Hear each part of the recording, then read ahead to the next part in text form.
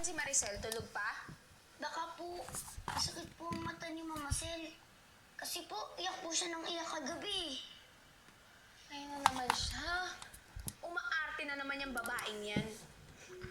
Umiiwas kasi sa trabaho.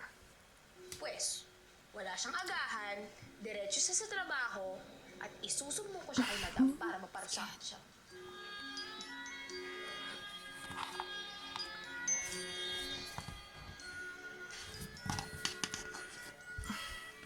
Ayan na, ang mahal na prinsesa!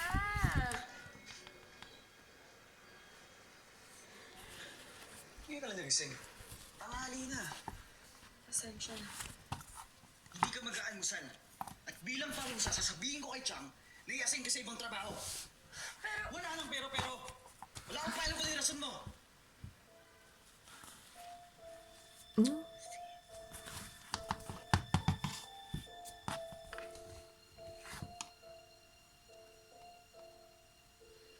hindi laging Pasko.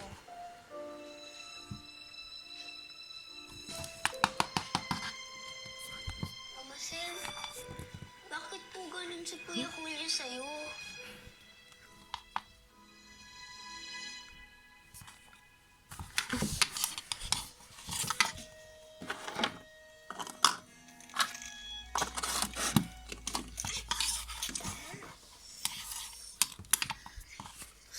Kasi di ako inintay. Ana. Kumain kasi talaga trabaho. Ko. Alam mo naman pala eh. Bakit ito mo pa?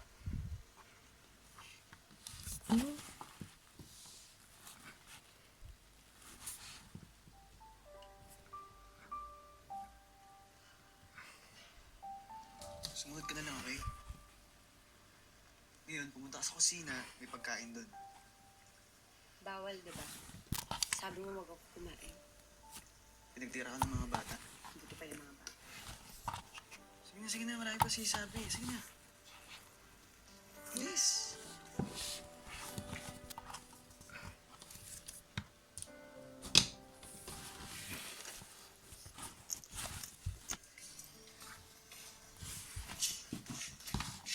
Bakit mo kami pinatawag? Alam ko na kung bakit kayo nakasamangot eh. Dahil pinarusahan ko ang ate Maricel nyo. Malungkot na nga po si Ate Maricel. Pinarasahan mo ka. Sempoy, tumahimik ka nga. Pero kuya, tama naman Sempoy. Hindi mo pa pinayagan kumain kanina. Wala akong balak gutumin si Maricel. Saka nga pala, may papagawa ako sa inyo. Nasaan si Pag-asa? May papagawa ako.